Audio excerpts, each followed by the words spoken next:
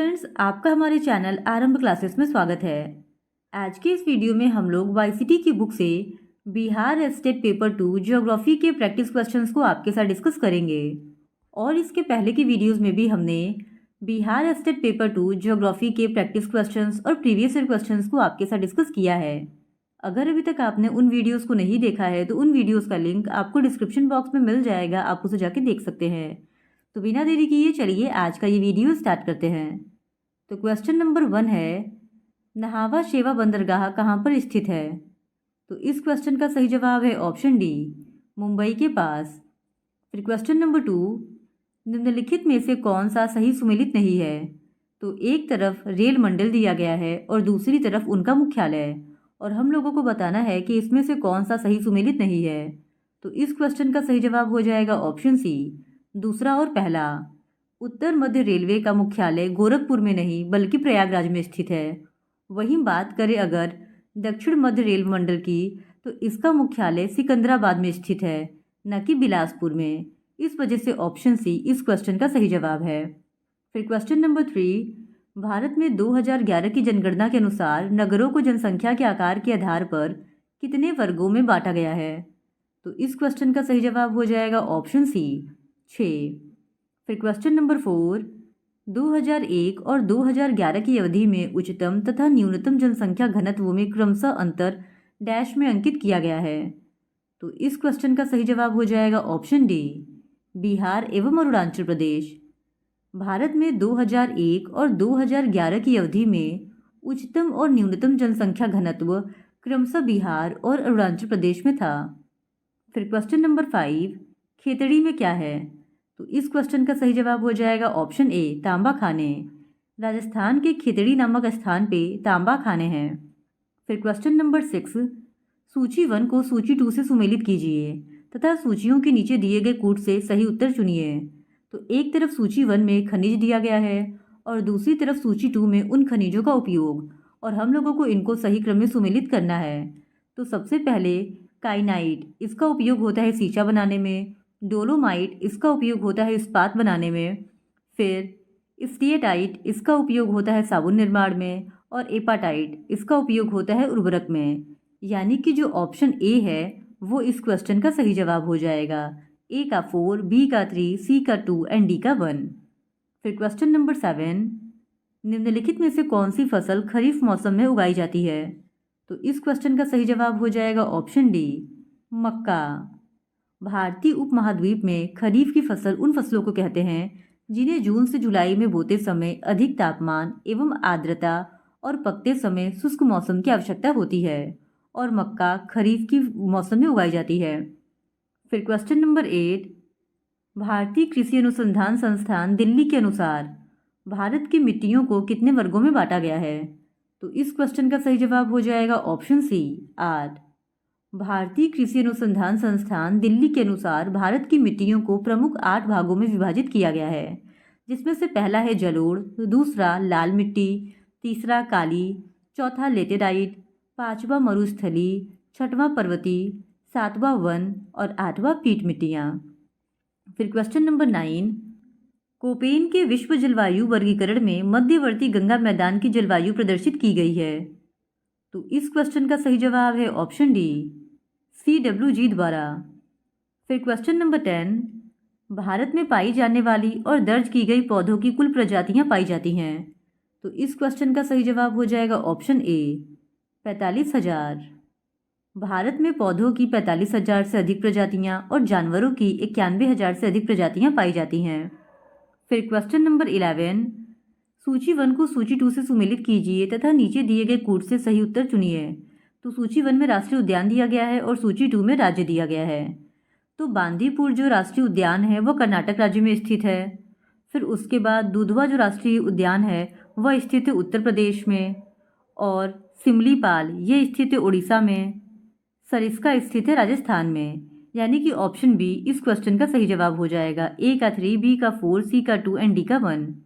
फिर question number 12, बाढ़ के दौरान हर वर्ष नए एलुवियम का जमाव जो मिट्टी की उर्वरता को बढ़ाता है। तो इस क्वेश्चन का सही जवाब हो जाएगा ऑप्शन डी, खादर। बाढ़ के दौरान हर वर्ष नए एलुवियल का जमाव जो मिट्टी की उर्वरता को बढ़ाता है उसे खादर कहते हैं। फिर क्वेश्चन नंबर 13, उष्णकटिबंधीय सदाबहार वन का कौन सा क्षेत्र है? तो इस क्वेश्चन का सही जवाब है ऑप्शन सी, पश्चिमी घाट। उष्णकटिबंधीय सदाबहार वन पश्चिमी घाट की पश्चिमी ढाल पर, उत्तर पूर्वी क्षेत्र की पहाड़ियों पर और अंडमान और निकोबार द्वीप समूह में पाए जाते हैं। और ये वन उष्ण और आर्द्र प्रदेशों में पाए जाते हैं जहाँ वार्षिक वर्षा 200 सेंटीमीटर से अधिक होती है और यहाँ का औसत वार्षिक तापमान 22 डिग्री सेल्सियस से अधिक रहता है। फिर क्वेश्चन नंबर 14, निम्न में से कौन सा पर्वतीय क्षेत्र अधिकतम वर्षा प्राप्त करता है? तो इस क्वेश्चन का सही जवाब हो जाएगा ऑप्शन बी, खासी की पहाड़ियाँ। फिर क्वेश्चन नंबर 15, मैंगो शावर क्या है? तो इस क्वेश्चन का सही जवाब हो जाएगा ऑप्शन डी, मानसून के पहले की वर्षा। मानसून के पहले की वर्षा को मैंगो शावर कहते हैं। फिर क्वेश्चन नंबर 16, टिहरी बांध संगम पर स्थित है। तो इस क्वेश्चन का सही जवाब हो जाएगा ऑप्शन बी, भागीरथी और भिलांगना के। टिहरी बांध का निर्माण गढ़वाल हिमालय की महत्वपूर्ण नदी भागीरथी और भिलांगना नदी के संगम स्थल से 1.5 किलोमीटर नीचे टिहरी में किया गया है। फिर क्वेश्चन नंबर 17, केदारनाथ एवं बद्रीनाथ स्थित है। तो इस क्वेश्चन का सही जवाब है ऑप्शन बी, कुमायूं हिमालय में। केदारनाथ और बद्रीनाथ कुमायूं हिमालय में स्थित है और इसका विस्तार सतलुज नदी से लेकर काली नदी तक 320 किलोमीटर की लंबाई में उत्तराखंड राज्य में है। फिर क्वेश्चन नंबर 18, निम्नलिखित में से किस प्रकार की मिट्टी भारत में सबसे बड़े क्षेत्रफल पर पाई जाती है? तो इस क्वेश्चन का सही जवाब हो जाएगा ऑप्शन ए, जलोढ़ मिट्टी। भारत में जलोढ़ मिट्टी सबसे अधिक पाई जाती है। फिर क्वेश्चन नंबर 19, प्रायद्वीपीय भारत में जल विद्युत के अधिक विकास का कारण है। तो इस क्वेश्चन का सही जवाब हो जाएगा ऑप्शन सी, अधिक बाढ़ का आना। दक्षिण भारत में वर्षा अधिक होने तथा धरातल चट्टानी एवं पठारी होने के कारण बाढ़ अधिक आती है और प्रपातों की संख्या अधिक होने से जल विद्युत उत्पादन अधिक मात्रा में किया जाता है। फिर क्वेश्चन नंबर 20, भारत की निम्नलिखित नदियों में से कौन सी एस्चुअरी बनाती है? तो इस क्वेश्चन का सही जवाब हो जाएगा ऑप्शन बी, नर्मदा। भारत की पश्चिम की ओर प्रवाहित होने वाली दो प्रमुख नदियां हैं, नर्मदा और ताप्ती, और ये दोनों ही नदियां एस्चुअरी का निर्माण करती हैं। फिर क्वेश्चन नंबर 21, निम्नलिखित में से कौन सा हॉट स्पॉट पश्चिमी घाट में स्थित नहीं है? तो इस क्वेश्चन का सही जवाब हो जाएगा ऑप्शन सी, सुंदरवन। सुंदरवन पश्चिमी घाट में स्थित हॉटस्पॉट नहीं है। फिर क्वेश्चन नंबर 22, भारत के किस भाग में दंडकारण्य प्रदेश अवस्थित है? तो इस क्वेश्चन का सही जवाब हो जाएगा ऑप्शन बी, दक्षिण पूर्वी भाग में। भारत के दक्षिण पूर्वी भाग में दंडकारण्य प्रदेश अवस्थित है और दंडकारण्य क्षेत्र में छत्तीसगढ़, उड़ीसा और आंध्र प्रदेश राज्यों के हिस्से शामिल हैं। फिर क्वेश्चन नंबर 23, हिमालय में मुख्य सीमांत क्षेत्र पृथक करता है। तो इस क्वेश्चन का सही जवाब हो जाएगा ऑप्शन डी, लघु हिमालय को शिवालिक से। फिर क्वेश्चन नंबर 24, निम्नलिखित में से कौन प्रायद्वीपीय भारत के पूर्वी पठार भूमध्यारेखीय प्रदेश का भाग है? तो इस क्वेश्चन का सही जवाब हो जाएगा ऑप्शन ए, बुंदेलखंड उच्च भूमि। फिर क्वेश्चन नंबर 25, भारत में निम्नलिखित देशों में से किसके साथ सबसे लंबी सीमांत रेखा बनाता है? तो इस क्वेश्चन का सही जवाब हो जाएगा ऑप्शन ए, बांग्लादेश। भारत बांग्लादेश के साथ सबसे लंबी सीमांत रेखा बनाता है जो कि 4096 किलोमीटर है। फिर क्वेश्चन नंबर 26, भारत के उस द्वीप का नाम बताए जिनमें सक्रिय ज्वालामुखी स्थित है। तो इस क्वेश्चन का सही जवाब हो जाएगा ऑप्शन डी, बैरन द्वीप। भारत में बैरन तथा नारकोंडम नामक दो प्रसिद्ध ज्वालामुखी द्वीप हैं और बैरन द्वीप भारत का एकमात्र सक्रिय ज्वालामुखी द्वीप है। फिर क्वेश्चन नंबर 27, अंडमान और निकोबार द्वीप समूह डैश द्वारा अलग किए गए हैं। तो इस क्वेश्चन का सही जवाब हो जाएगा ऑप्शन ए, 10 डिग्री चैनल के द्वारा। फिर क्वेश्चन नंबर 28, जापान के कपड़ा उद्योग के संबंध में कौन सा एक कथन सही नहीं है? तो इस क्वेश्चन का सही जवाब हो जाएगा ऑप्शन ए, जापान कपास उत्पादन में अग्रणी है। ये जो कथन है वो जापान के कपड़ा उद्योग के बारे में सही नहीं है। फिर क्वेश्चन नंबर 29, क्षेत्रीय अर्थव्यवस्था में स्थान निर्धारण त्रिभुज की संकल्पना निम्नलिखित में से कौन सा सही है? तो इस क्वेश्चन का सही जवाब हो जाएगा ऑप्शन ए वेबर। फिर क्वेश्चन नंबर 30, लेनिनग्राड पत्तन स्थित है। तो इस क्वेश्चन का सही जवाब हो जाएगा ऑप्शन बी, रूस में। लेनिनग्राड का नया नाम सेंट पीटर्सबर्ग है और ये रूस का सबसे बड़ा शहर है। फिर क्वेश्चन नंबर 31, मैनचेस्टर किस उद्योग के लिए विख्यात है। तो इस क्वेश्चन का सही जवाब हो जाएगा ऑप्शन ए, सूती वस्त्र के लिए। मैनचेस्टर सूती वस्त्र उद्योग के लिए बहुत ही ज़्यादा फेमस है। फिर क्वेश्चन नंबर 32, निम्नलिखित में से कौन सा एक स्वच्छंद उद्योग नहीं है। तो इस क्वेश्चन का सही जवाब है ऑप्शन डी, एल्यूमिनियम। एल्यूमिनियम उद्योग एक स्वच्छंद उद्योग नहीं है, ये भारी ह्रासीय उद्योग के अंतर्गत आता है। और स्वच्छंद उद्योग उन उद्योगों को कहा जाता है जो किसी स्थानीय कच्चे माल पर आधारित नहीं होते हैं और इनको कहीं पर भी स्थापित किया जा सकता है। फिर क्वेश्चन नंबर 33, निम्न में से कौन एक महत्वपूर्ण मत्स्य आखेट क्षेत्र नहीं है। तो इस क्वेश्चन का सही जवाब हो जाएगा ऑप्शन बी, गिनी तट। फिर क्वेश्चन नंबर 34, निम्न में से कौन सा समूह ऊर्जा का गैर परंपरागत स्रोत है। तो इस क्वेश्चन का सही जवाब हो जाएगा ऑप्शन डी, सौर ऊर्जा, पवन ऊर्जा और भूतापीय ऊर्जा। फिर क्वेश्चन नंबर 35, गन्ने की वृद्धि के लिए आदर्श न्यूनतम तापमान क्या है। तो इस क्वेश्चन का सही जवाब हो जाएगा ऑप्शन सी, 20 डिग्री सेल्सियस। फिर क्वेश्चन नंबर 36, निम्नलिखित प्राकृतिक प्रदेशों में से किस प्रदेश में दुग्ध व्यवसाय अधिक विकसित है। तो इस क्वेश्चन का सही जवाब हो जाएगा ऑप्शन बी, उत्तर पूर्वी प्रेरी प्रदेश में। फिर क्वेश्चन नंबर 37, कौन सा सही सुमेलित नहीं है। तो एक तरफ आर्थिक क्रिया की श्रेणी दिया गया है और दूसरी तरफ क्रिया, और हम लोगों को बताना है कि इसमें से कौन सा सही सुमेलित नहीं है। तो इस क्वेश्चन का सही जवाब हो जाएगा ऑप्शन बी, द्वितीयक निर्वाह कृषि। ये सही सुमेलित नहीं है क्योंकि जो द्वितीयक क्षेत्र है उसके अंतर्गत विनिर्माण आता है, न कि निर्वाह कृषि। फिर क्वेश्चन नंबर 38, दिए गए वॉन क्यूनेन के आर्थिक लगान सूत्र में के निम्नलिखित में से किसका प्रतिनिधित्व करता है। तो इस क्वेश्चन का सही जवाब हो जाएगा ऑप्शन सी, बाजार से दूरी का। फिर क्वेश्चन नंबर 39, सूची 1 तथा सूची 2 में सुमेल कीजिए तथा सही उत्तर कूट से चुनिए। तो एक तरफ सूची 1 में राजधानी दिया गया है और सूची 2 में देश, और इनका सही क्रम बताना है। तो कुआलालंपुर ये मलेशिया की राजधानी है। हनोई ये राजधानी है वियतनाम का।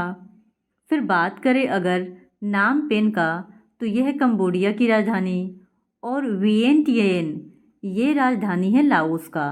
यानी कि ऑप्शन सी जो है वो इस क्वेश्चन का सही जवाब है। ए का 3, बी का 4, सी का 2 एंड डी का 1। फिर क्वेश्चन नंबर 40, निम्नलिखित युग्मों में से कौन सा सही सुमेलित नहीं है। तो एक तरफ सिद्धांत और नियम दिए गए हैं और दूसरी तरफ विद्वान के नाम, और हम लोगों को बताना है कि इसमें से कौन सा सही सुमेलित नहीं है। तो इस क्वेश्चन का सही जवाब हो जाएगा ऑप्शन सी, बहुनाभिक सिद्धांत, BJ एल्बेरी। बहुनाभिक सिद्धांत जो कि 1945 ईस्वी में दिया गया था, इसे दिया था हैरिस और उलमैन ने, ना कि BJ एल्बेरी ने। इस वजह से ऑप्शन सी इस क्वेश्चन का सही जवाब हो जाएगा। फिर क्वेश्चन नंबर 41, सूची 1 को सूची 2 से सुमेलित कीजिए और नीचे दिए गए कूट से सही उत्तर चुनिए। तो सूची 1 में जनजाति दिया गया है और सूची 2 में प्रदेश, और हम लोगों को बताना है कि कौन सी जनजाति कौन से प्रदेश में पाई जाती है। तो मीणा जो जनजाति है वो राजस्थान में पाई जाती है, संथाल जनजाति झारखंड में पाई जाती है, टोडा जनजाति तमिलनाडु में पाई जाती है और भोटिया उत्तराखंड में पाई जाती है। यानी कि ऑप्शन ए इस क्वेश्चन का सही जवाब है। ए का 3, बी का 2, सी का 4 एंड डी का 1। फिर क्वेश्चन नंबर 42, इनमें से कौन सा एक सेमेटिक जनजाति नहीं है। तो इस क्वेश्चन का सही जवाब हो जाएगा ऑप्शन सी, ईरान। ईरानी सेमेटिक जनजाति नहीं है, जबकि अरबी, मिश्रवासी तथा यहूदी ये तीनों ही सेमेटिक जनजाति हैं। फिर क्वेश्चन नंबर 43, इष्टतम जनसंख्या सिद्धांत के अनुसार इष्टतम जनसंख्या वह है जो डैश देती है। तो इस क्वेश्चन का सही जवाब हो जाएगा ऑप्शन डी, प्रति व्यक्ति अधिकतम आय। इष्टतम जनसंख्या सिद्धांत के अनुसार इष्टतम जनसंख्या वह है जो प्रति व्यक्ति अधिकतम आय देती है। फिर क्वेश्चन नंबर 44, जनसंख्या वृद्धि के लॉजिस्टिक वक्र सिद्धांत को प्रतिपादित किया था। तो इस क्वेश्चन का सही जवाब हो जाएगा ऑप्शन डी, पर्ल रीड ने। जनसंख्या वृद्धि के लॉजिस्टिक वक्र सिद्धांत का प्रतिपादन रेमंड पर्ल और लावेड रीड ने किया था। फिर क्वेश्चन नंबर 45, विश्व में निम्न में से किस देश में सर्वाधिक यौन अनुपात पाया जाता है? तो इस क्वेश्चन का सही जवाब हो जाएगा ऑप्शन डी, सोवियत रूस में। विश्व में सर्वाधिक लिंगानुपात सोवियत रूस का है, जहां प्रति 100 पुरुषों पर 116 महिलाएं हैं।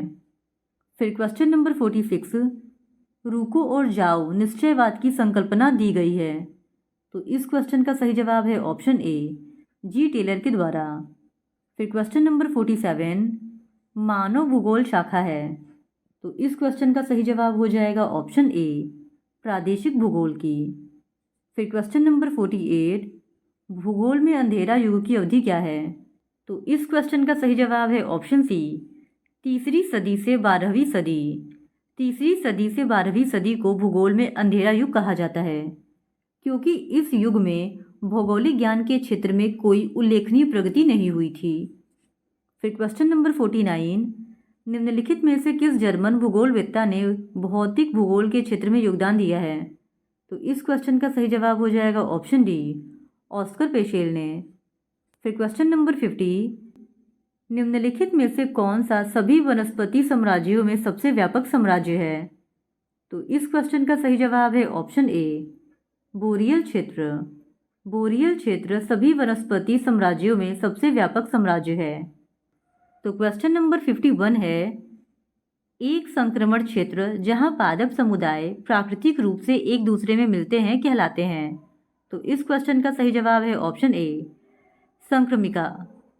फिर क्वेश्चन नंबर 52, पर्यावरण संरक्षण अधिनियम भारत में किस वर्ष लागू किया गया? तो इस क्वेश्चन का सही जवाब है ऑप्शन ए, 1986 में। पर्यावरण संरक्षण अधिनियम भारत में वर्ष 1986 ईस्वी में पारित हुआ था। फिर क्वेश्चन नंबर 53, सूची 1 को सूची 2 से सुमेलित कीजिए तथा नीचे दिए गए कूटों में से सही उत्तर का चयन कीजिए। तो एक तरफ सूची 1 में महासागरीय धारा दिया गया है और दूसरी तरफ महासागर दिए गए हैं सूची 2 में, और हम लोगों को इनको सही क्रम में सुमेलित करना है। तो लेब्राडोर, ये जो महासागरीय धारा है, इसका संबंध है उत्तरी अटलांटिक से, जो कि दिया गया है 4 में। उसके बाद ब्राज़ील, इसका संबंध है दक्षिणी अटलांटिक से, जो कि दिया गया है 1 में। क्यूरोशिवो, इसका संबंध है उत्तरी प्रशांत से, जो कि दिया गया है 2 में। और अगुलहाश, इसका संबंध है दक्षिणी हिंद महासागर से, जो कि दिया गया है 3 में। यानी कि ऑप्शन डी इस क्वेश्चन का सही जवाब है। ए का 4, बी का 1, सी का 2 एंड डी का 3। फिर क्वेश्चन नंबर 54, निम्नलिखित में से कौन सा एक कथन असत्य है? तो इस क्वेश्चन का सही जवाब हो जाएगा ऑप्शन सी, प्रति चक्रवाती दशाएं लवणता को घटा देती हैं। ये जो कथन है वो असत्य है। फिर क्वेश्चन नंबर 55, आधुनिक समुद्र विज्ञान के प्रणेता कौन है? तो इस क्वेश्चन का सही जवाब हो जाएगा ऑप्शन ए, जॉन मरे। जॉन मरे को आधुनिक समुद्र विज्ञान का प्रणेता माना जाता है। फिर क्वेश्चन नंबर 56, मानसून की आवधिक प्रकृति के विचार को सामने रखने वाले पहले भूगोलवेत्ता निम्नलिखित में से कौन थे? तो इस क्वेश्चन का सही जवाब हो जाएगा ऑप्शन सी, अरब। मानसून की आवधिक प्रकृति के विचार को सामने रखने वाले पहले भूगोलवेत्ता अरब भूगोलवेत्ता थे, और मानसून शब्द की उत्पत्ति भी अरबी भाषा के शब्द मौसम से हुई है, और जिसका मतलब होता है हवाओं की दिशा में मौसमी परिवर्तन। फिर क्वेश्चन नंबर 57, किस दाब पेटी को अश्व अक्षांश भी कहा जाता है? तो इस क्वेश्चन का सही जवाब है ऑप्शन ए, उपोष्ण उच्च दाब की पेटियाँ। 30 डिग्री से 35 डिग्री अक्षांशों के बीच दोनों गोलार्धों में उपोष्ण उच्च वायु दाब की पेटियाँ पाई जाती हैं, जिन्हें कि अश्व अक्षांश भी कहते हैं। फिर क्वेश्चन नंबर 58, निम्नलिखित में कौन वर्ष का सबसे ज़्यादा सूर्यताप 21 मार्च और 23 सितंबर को प्राप्त करता है? तो इस क्वेश्चन का सही जवाब हो जाएगा ऑप्शन बी, भूमध्य रेखा। भूमध्य रेखा 21 मार्च और 23 सितंबर को वर्ष का सबसे ज़्यादा सूर्यताप ग्रहण करता है। फिर क्वेश्चन नंबर 59, अधिकतम ओजोन घनत्व डैश की ऊंचाई के बीच पाया जाता है? तो इस क्वेश्चन का सही जवाब हो जाएगा ऑप्शन बी, 20 किलोमीटर से 25 किलोमीटर। फिर क्वेश्चन नंबर 60, सूची 1 तथा सूची 2 में सुमेल कीजिए तथा सही उत्तर कूट से चुनिए। तो इस क्वेश्चन का सही जवाब हो जाएगा ऑप्शन डी, पवनकृत, इसका संबंध है बरखान से। फिर हिमानीकृत, इसका संबंध है पेस्टरनास्टर से। फिर कार्स्ट का संबंध है अंधी घाटियों से। और समुद्र तटी, इसका संबंध है लटकता भृगु से। यानी कि ऑप्शन डी इस क्वेश्चन का सही जवाब है। ए का 2, बी का 3, सी का 1 एंड डी का 4। फिर क्वेश्चन नंबर 61, सूची 1 को सूची 2 से सुमेलित कीजिए तथा सूचियों के नीचे दिए गए कूट से सही उत्तर चुनिए। तो सूची 1 में स्थलाकृति दिया गया है और सूची 2 में अभिकर्ता, और हम लोगों को इनको सही क्रम में सुमेलित करना है। तो जलगर्तिका, इसका संबंध है नदी के साथ। घोलरंत, इसका संबंध है भूमिगत जल के साथ। पलसा, इसका संबंध है परिहिमानी के साथ। और लूनेट, इसका संबंध है वायु के साथ। अब हम लोग देखते हैं कि कौन से ऑप्शन में ये दिया गया है। तो देखा जाए तो ऑप्शन बी, इसमें ये दिया गया है जो क्रम हमने बताया है। ए का 2, बी का 1, सी का 4 एंड डी का 3। तो ऑप्शन बी इस क्वेश्चन का सही जवाब होगा। फिर क्वेश्चन नंबर 62, सूची 1 को सूची 2 से सुमेलित करते हुए दिए गए कूटों में से उत्तर का चयन कीजिए। सूची 1 में भू आकृति दिया गया है और सूची 2 में अपर्दन के कारक, और इनका सही क्रम हो जाएगा प्राकृतिक तटबंध, इसका संबंध हो जाएगा बहता जल के साथ। फिर उसके बाद बात करें अगर टेरा रोसा, तो इसका संबंध है भूमिगत जल के साथ। सर्क का संबंध है हिमानी के साथ। और इंसेल वर्ग का संबंध हो जाएगा पवन के साथ। यानी कि ऑप्शन जो सी है वो इस क्वेश्चन का सही जवाब है। ए का 3, 2 का 4, 3 का 2 एंड 4 का 1। फिर क्वेश्चन नंबर 63, सरकार द्वारा राजस्व और कर का एहसास कराने के लिए निम्नलिखित में से कौन सा मानचित्र तैयार किया गया है। तो इस क्वेश्चन का सही जवाब हो जाएगा ऑप्शन सी, कैडेस्ट्रल मानचित्र। सरकार द्वारा राजस्व और कर का एहसास कराने के लिए कैडेस्ट्रल मानचित्र का उपयोग किया जाता है। और कैडेस्ट्रल मानचित्र शब्द की उत्पत्ति फ्रेंच भाषा के कैडेस्ट्रे शब्द से हुई है, जिसका अर्थ होता है क्षेत्रीय संपत्ति की पंजिका। फिर क्वेश्चन नंबर 64, 1/50,000 मापक पर बने मानचित्र पर 1 सेंटीमीटर की दूरी धरातल पर कितने मीटर को प्रदर्शित करती है। तो इस क्वेश्चन का सही जवाब हो जाएगा ऑप्शन डी, 500। फिर क्वेश्चन नंबर 65, निम्नलिखित में से कौन सी विशेषता सैटेलाइट रिमोट सेंसिंग डेटा में समस्या पैदा करती है। तो इस क्वेश्चन का सही जवाब हो जाएगा ऑप्शन बी, बादल आवरण। फिर क्वेश्चन नंबर 66, यदि पृथ्वी की घूर्णन की दिशा उलट दी जाती है तो अंतर्राष्ट्रीय तिथि रेखा पर जब दोपहर होगा IST पर क्या होगा। तो इस क्वेश्चन का सही जवाब है ऑप्शन सी, 18:30 बजे। यदि पृथ्वी की घूर्णन की दिशा उलट दी जाती है तो अंतर्राष्ट्रीय तिथि रेखा पर जब दोपहर होगा उस समय IST पर 18:30 बजे शाम होगा। फिर क्वेश्चन नंबर 67, निम्नलिखित में से कौन सा अंक विश्व की मुख्य टेक्टोनिक प्लेट की सही संख्या दर्शाता है। तो इस क्वेश्चन का सही जवाब हो जाएगा ऑप्शन बी, 7।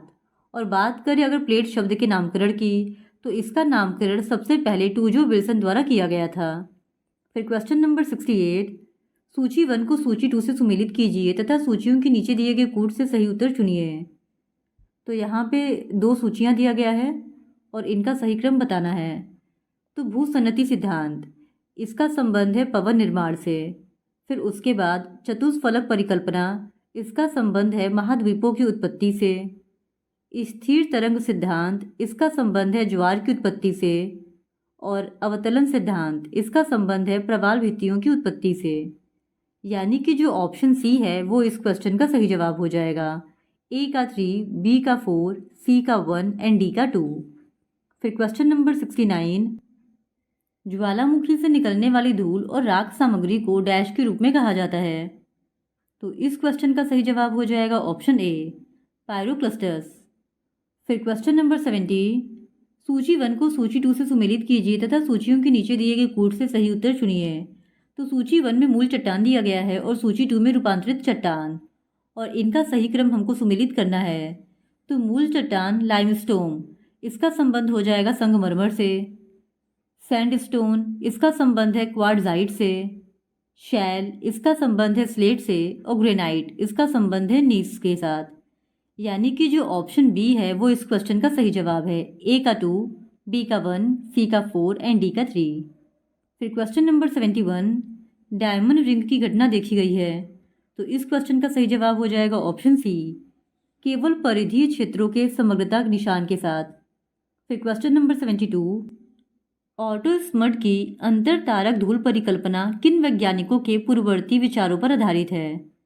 तो इस क्वेश्चन का सही जवाब हो जाएगा ऑप्शन सी, कांट तथा लाप्लास। ऑटो स्मिट की अंतर तारक धूल परिकल्पना कांट की वायवराशि परिकल्पना और लाप्लास की निहारिका परिकल्पना के पूर्ववर्ती विचारों पर आधारित है। फिर क्वेश्चन नंबर 73, सूची 1 का सूची 2 के साथ मिलान कीजिए और नीचे दिए गए कोड का उपयोग करके सही उत्तर का चयन कीजिए। सूची 1 में उपनाम दिया गया है और सूची 2 में ग्रह। तो हरा ग्रह, अरूण को कहते हैं हरा ग्रह। छल्लेदार ग्रह ये कहते हैं शनि को। लाल ग्रह कहते हैं मंगल को। और प्रातः सांध्य तारा ये कहते हैं शुक्र को। अब देखते हैं कि कौन से ऑप्शन में इस तरह दिया गया है। तो ऑप्शन जो सी है, यानी कि ए का 3, बी का 4, सी का 2 एंड डी का 1, ये इस क्वेश्चन का सही जवाब हो जाएगा। फिर क्वेश्चन नंबर 74, गरीब कल्याण रोजगार अभियान बिहार के किस जिले से प्रधानमंत्री के द्वारा 2020 में शुरू किया गया था? तो इस क्वेश्चन का सही जवाब है ऑप्शन डी, खगड़िया। फिर क्वेश्चन नंबर 75, बिहार में कौन सा खनिज पाया जाता है? तो इस क्वेश्चन का सही जवाब हो जाएगा ऑप्शन डी, उपयुक्त सभी। बिहार में क्वार्ट्जाइट, अभ्रक और पाइराइट ये तीनों ही खनिज पाया जाता है। फिर क्वेश्चन नंबर 76, निम्नलिखित जिलों में 2001-11 के दौरान कहाँ सर्वाधिक जनसंख्या की वृद्धि हुई? तो इस क्वेश्चन का सही जवाब हो जाएगा ऑप्शन सी, मधेपुरा। फिर क्वेश्चन नंबर 77, रेलवे का जोन मुख्यालय हाजीपुर स्थित है। तो इस क्वेश्चन का सही जवाब है ऑप्शन डी, बिहार में। रेलवे का जोन मुख्यालय हाजीपुर बिहार में स्थित है। फिर क्वेश्चन नंबर 78, बिहार में पटसन उद्योग की पट्टी स्थित है। तो इस क्वेश्चन का सही जवाब हो जाएगा ऑप्शन बी, केवल 2, यानी कि केवल उत्तर पूर्वी बिहार मैदान में पटसन उद्योग की पट्टी स्थित है। फिर क्वेश्चन नंबर 79, बिहार में उत्पादन की दृष्टि से चावल के बाद दूसरी फसल है।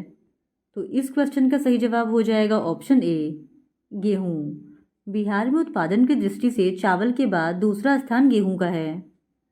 फिर क्वेश्चन नंबर 80, बिहार का तराई प्रदेश विस्तृत है। तो इस क्वेश्चन का जो सही जवाब होगा वो हो जाएगा ऑप्शन बी, भारत नेपाल सीमा के समानांतर। फिर क्वेश्चन नंबर 81, बिहार के किस क्षेत्र में बाढ़ का प्रकोप सबसे अधिक होता है? तो इस क्वेश्चन का सही जवाब है ऑप्शन ए, उत्तर बिहार में। फिर क्वेश्चन नंबर 82, क्षेत्रफल के अनुसार निम्नलिखित राज्यों का सही अवरोही क्रम क्या है? आंध्र प्रदेश, बिहार, मध्य प्रदेश और उत्तर प्रदेश दिया गया है और हम लोगों को इन राज्यों का सही अवरोही क्रम बताना है। तो सबसे पहले आएगा मध्य प्रदेश, फिर आएगा उत्तर प्रदेश, फिर उसके बाद आंध्र प्रदेश और अंत में आएगा बिहार, यानी कि ऑप्शन डी इस क्वेश्चन का सही जवाब हो जाएगा, 3, 4, 1, 2। फिर क्वेश्चन नंबर 83, निम्नलिखित में से कौन सा शहर बिहार के सबसे पूर्वी भाग में स्थित है? तो इस क्वेश्चन का सही जवाब हो जाएगा ऑप्शन सी, कटिहार। बिहार के सबसे पूर्वी भाग में कटिहार जिला स्थित है। फिर क्वेश्चन नंबर 84, भारत की आबादी की उच्च वृद्धि दर की विशेषता है 2011 में जनसंख्या के बारे में कौन सा सही नहीं है? तो इस क्वेश्चन का सही जवाब हो जाएगा ऑप्शन डी, अरुणाचल प्रदेश भारत में सबसे कम आबादी वाला राज्य है। यह कथन सही नहीं है क्योंकि 2011 की जनसंख्या के अनुसार भारत की सबसे कम आबादी वाला राज्य सिक्किम है, न कि अरुणाचल प्रदेश। फिर क्वेश्चन नंबर 85, किस वर्ष के बाद भारत जनसांख्यिकी संक्रमण के दूसरे चरण में पहुंच गया? तो इस क्वेश्चन का सही जवाब हो जाएगा ऑप्शन डी, 1920 के बाद। फिर क्वेश्चन नंबर 86, कौन सी फसल सूखा और अन्य चरम मौसम की स्थिति के प्रति अत्यंत सहिष्णु है? तो इस क्वेश्चन का सही जवाब हो जाएगा ऑप्शन सी, बाजरा। फिर क्वेश्चन नंबर 87, निम्नलिखित में से कौन सा लघुमान मानचित्र है? तो इस क्वेश्चन का सही जवाब हो जाएगा ऑप्शन बी, एटलस मानचित्र। फिर क्वेश्चन नंबर 88, ई बर्गेस द्वारा प्रस्तुत सकेंद्रीय पेटिका सिद्धांत के अनुसार मध्य आय वर्ग के आवासीय क्षेत्र निम्नलिखित में से किस पट्टी में पाए जाते हैं? तो इस क्वेश्चन का सही जवाब हो जाएगा ऑप्शन ए, चौथी। फिर क्वेश्चन नंबर 89, डेमर्सल मछलियाँ कहाँ रहती हैं? तो इस क्वेश्चन का सही जवाब हो जाएगा ऑप्शन बी, उथले समुद्र के तल पर। फिर क्वेश्चन नंबर 90, निम्नलिखित में से किस देश की चीन के साथ अंतर्राष्ट्रीय सीमा नहीं है? तो इस क्वेश्चन का सही जवाब हो जाएगा ऑप्शन बी, थाईलैंड का। थाईलैंड देश की सीमा चीन के साथ नहीं लगती है। चीन की सीमा कुल 14 देशों के साथ लगती है, जो कि हैं Vietnam, Laos, Myanmar, Bhutan, Nepal, Bharat, Pakistan, Afghanistan, Tajikistan, Kyrgyzstan, Kazakhstan, रूस, मंगोलिया और उत्तरी कोरिया। फिर क्वेश्चन नंबर 91, निम्नलिखित संयोजनों में से कौन से सही है? पहला, पृथ्वी शिखर सम्मेलन 1992 रियो दी जेनेरो। दूसरा, आपदा प्रबंधन संबंधी विश्व सम्मेलन 1994 योकोहामा। फिर तीसरा दिया गया है राष्ट्रीय आपदा प्रबंधन संस्थान हैदराबाद। और चौथा दिया गया है अंतर्राष्ट्रीय केंद्र सुनामी संबंधी जानकारी के लिए होनोलुलु। तो इस क्वेश्चन का जो सही जवाब हो जाएगा वो हो जाएगा ऑप्शन ए, यानी जो पहला, दूसरा और चौथा है ये जो है वो सही रूप से सुमेलित है, जबकि जो तीसरा है वो सही रूप से सुमेलित नहीं है। फिर क्वेश्चन नंबर 92, दक्षिणी गोलार्ध में चक्रवात में पवन की दिशा क्या होती है? तो इस क्वेश्चन का सही जवाब हो जाएगा ऑप्शन डी, घड़ी की सुई की दिशा में। फिर क्वेश्चन नंबर 93, ध्रुवीय क्षेत्रों की शक्तिशाली ठंडी बर्फीली हवाओं को क्या कहा जाता है? तो इस क्वेश्चन का सही जवाब हो जाएगा ऑप्शन बी, हिम झंझवात यानी ब्लिट्जार्ड्स। फिर क्वेश्चन नंबर 94, धरती से आगे बढ़ते समय निम्नलिखित आरोही क्रम में रखें। पहला आयन मंडल, दूसरा समताप मंडल और तीसरा क्षोभ मंडल। तो इस क्वेश्चन का सही जवाब हो जाएगा ऑप्शन डी, सबसे पहले आता है क्षोभ मंडल, फिर आता है समताप मंडल और सबसे अंत में आएगा इन तीनों ऑप्शंस में आयन मंडल, यानी कि ऑप्शन डी इस क्वेश्चन का सही जवाब है, 3, 2, 1। फिर क्वेश्चन नंबर 95, समुद्र में ज्वार भाटा की उत्पत्ति मुख्य रूप से डैश से संबंधित है? पहला, सूर्य के गुरुत्वाकर्षण बल और दूसरा चंद्रमा के गुरुत्वाकर्षण बल। तो इस क्वेश्चन का सही जवाब हो जाएगा ऑप्शन सी, पहला और दूसरा दोनों से। फिर क्वेश्चन नंबर 96, निम्नलिखित में से किस प्रक्रिया के कारण महाद्वीपीय मग्न तट की उत्पत्ति होती है? तो इस क्वेश्चन का सही जवाब हो जाएगा ऑप्शन बी, महाद्वीपीय सीमांत के साथ साधारण भ्रंश। फिर क्वेश्चन नंबर 97, अपर्दन चक्र की परिकल्पना के प्रतिपादक डैविश किस देश के थे? तो इस क्वेश्चन का सही जवाब हो जाएगा ऑप्शन ए, संयुक्त राज्य अमेरिका के। अपर्दन चक्र की परिकल्पना के प्रतिपादक डैविश संयुक्त राज्य अमेरिका के थे। फिर क्वेश्चन नंबर 98, निम्न में से कौन से अपक्षय प्रक्रियाओं के प्रमुख प्रकारों में शामिल है? पहला, रासायनिक अपक्षय प्रक्रियाएं, दूसरा यांत्रिक अपक्षय प्रक्रियाएं, तीसरा भूवैज्ञानिक अपक्षय प्रक्रियाएं और चौथा जैविक अपक्षय प्रक्रियाएं। तो इस क्वेश्चन का जो सही जवाब हो जाएगा वो होगा ऑप्शन सी, केवल ए, बी और डी। फिर क्वेश्चन नंबर 99, एक धारा के निलंबित वजन कणों से भरा होता है जो? तो इस क्वेश्चन का सही जवाब हो जाएगा ऑप्शन ए, पानी के बहाव में ऊपर लटके रहते हैं। फिर क्वेश्चन नंबर 100, डायनासोर की विलुप्ति निम्नलिखित में से किस भूवैज्ञानिक कल्प से संबंधित है? तो इस क्वेश्चन का सही जवाब है ऑप्शन बी, क्रिटेशियस। डायनासोर की विलुप्ति क्रिटेशियस भूवैज्ञानिक कल्प से संबंधित है और इस कल्प का भूवैज्ञानिक काल 6.5 करोड़ वर्ष से 14.4 करोड़ वर्ष पहले था और जुरेसिक कल्प को डायनासोर का युग कहा जाता है और इस कल्प का भूवैज्ञानिक काल 14.4 करोड़ वर्ष से 20.8 करोड़ वर्ष पहले माना जाता है। इस तरह आज के इस वीडियो में हमने बिहार स्टेट पेपर 2 ज्योग्राफी के प्रैक्टिस क्वेश्चंस को आपके साथ डिस्कस कर लिया है। और अगर आप बिहार स्टेट पेपर 2 ज्योग्राफी की और भी प्रैक्टिस क्वेश्चंस को देखना चाहते हैं तो please do subscribe to my channel and like this video. धन्यवाद।